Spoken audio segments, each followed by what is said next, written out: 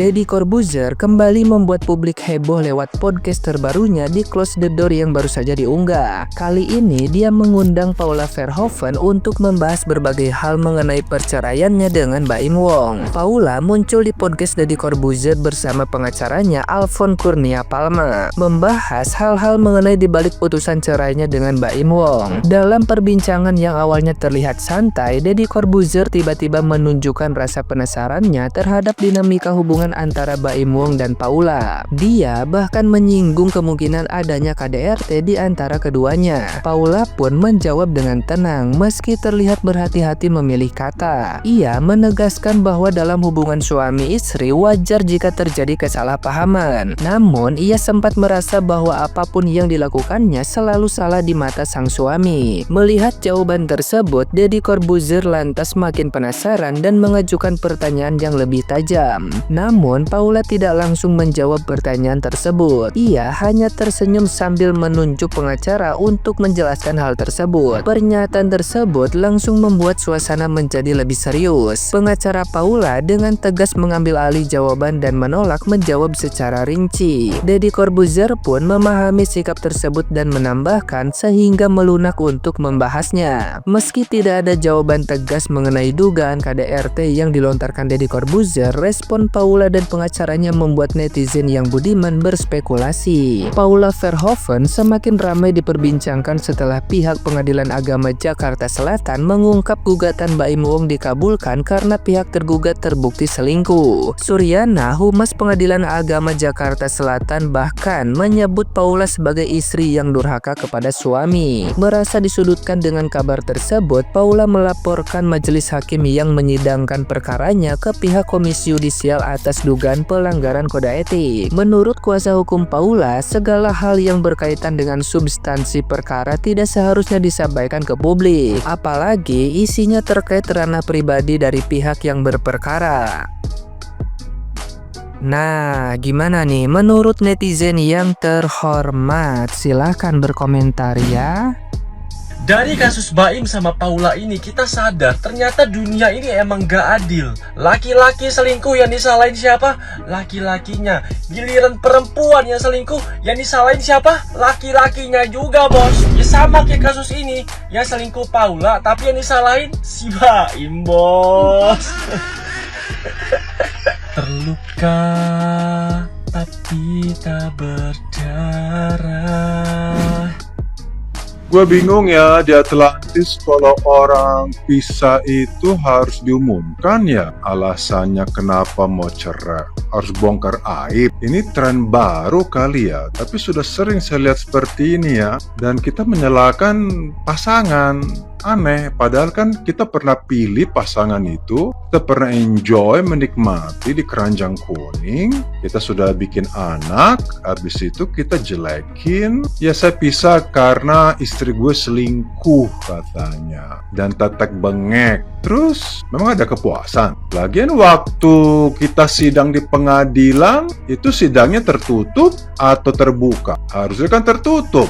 Tertutup karena kita berusaha aib itu tidak terbongkar. Mungkin ada aib-aib tertentu lah. Kenapa kamu selingkuh? Ya soalnya suami ngangkang, istri nungging apa sama pembantu, sama supir. Ya itu hal-hal yang tabu. Ini kok justru diumbar untuk apa? Supaya viral. Tapi anehnya yaitu netizen suka, podcast suka mendengar aib orang, mendengar selangkangan orang.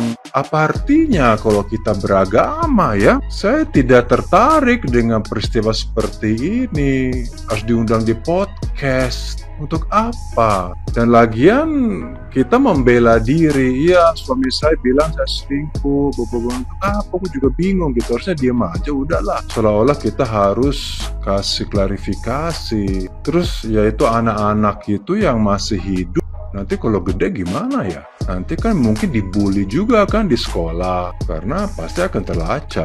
Harusnya ada undang-undang ya, maksudnya undang-undang barang siapa membongkar aib orang lain atau mantan juga istri atau mantan suami kena pidana. Harus ada undang-undang itu. Membongkar aib itu harus di ranahnya, yang mungkin di pengadilan. Tapi kalau di luar, untuk apa kita bongkar aib orang? Kecuali ada bukti. Ada bukti yang ya harus diproses kan. Mau bukti penipuan, bukti pencurian mobil, pencurian uang. Baru kita bisa bilang ini buktinya loh, fakta. Nah sekarang faktanya benar atau tidak? Kalau untuk perceraian menurut saya tidak perlu diumbar-umbar karena itu subjektif, kita nggak tahu. Lagian kalau selingkuh kan alat kelamin orang itu yang nikmati. Terus faktanya apa? Oh benar ya, pernah selingkuh ya, alat kelaminnya pernah dipakai jam sekian di hotel. Terus untuk kita kepentingannya apa? Gue nggak ngerti gitu. Di Atlantis ini kepentingannya apa? Fakta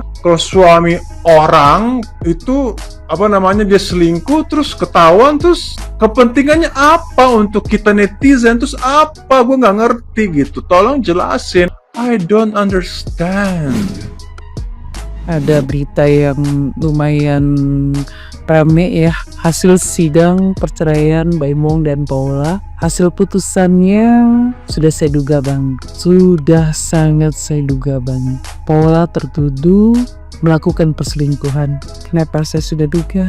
Saya sudah tahu pasti akan seperti itu gitu loh. Padahal gitu loh, tahulah saya siapa Baim gitu loh.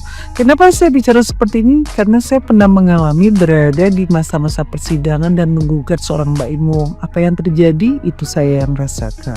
Jadi halo Paula, yang sabar ya. Kita pernah ketemu ya di persidangan pengadilan Bogor. Tuh, kita satu ruangan Paula. Kamu masih hamil anak pertama waktu itu, Kiano.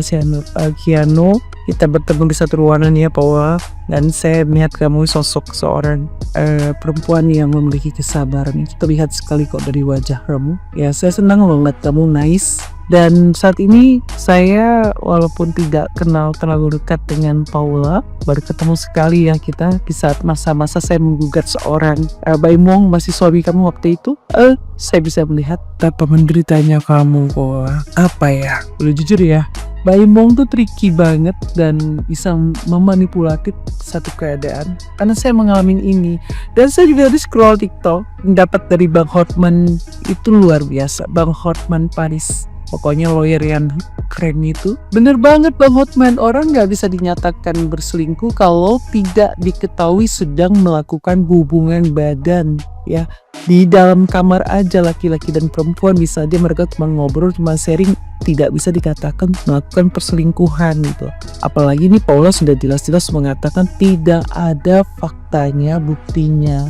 Jadi netizen cerdas-cerdaslah di dalam berkomentar ya. Kenapa saya bicara seperti ini? Saya pernah mengalami masalah dengan seorang Baim Wong yang bisa memanipulatif satu kondisi, membuat orang berpikir jadi terbalik. Saya juga pernah diserang sama netizen. Ya netizen yang gak tahu apa-apa gitu loh, yang tidak mengerti kenapa saya seberani itu menggugat Baim Wong. Waktu itu saya dengan lawyer saya Mas Didit Wijayanto ya. Jadi semua hal gak ada asap kalau gak ada api gitu. Siapa sih saya gitu. Saat itu seorang Baim Wong lagi banyak melakukan hal-hal yang disanjung oleh para netizen, para pencinta Baim Wong saat itu sebagai seorang dermawan yang melakukan kegiatan sosial eksperimen. Tentulah kalau saya berani menggugat dia pada saat kondisi seperti itu, udah jelas kalau saya itu mengada-ngada cerita, pasti saya gak mungkin gitu loh seberani itu. Karena apa yang saya lakukan saat itu adalah benar gitu loh. Nah,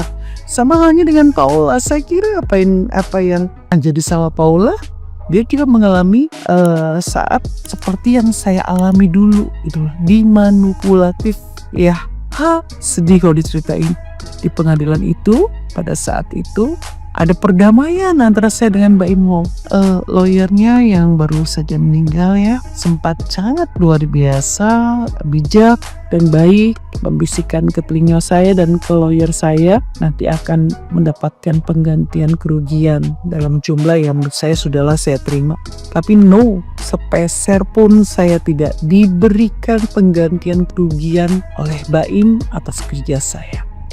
Jadi saya sangat respect sama Paula. Saya yakin Paula tidak berselingkuh dan saya yakin kamu menjadi korban manipulatif juga. Seperti yang terjadi pada kasus dengan saya. Yang sabar ya Paula ya.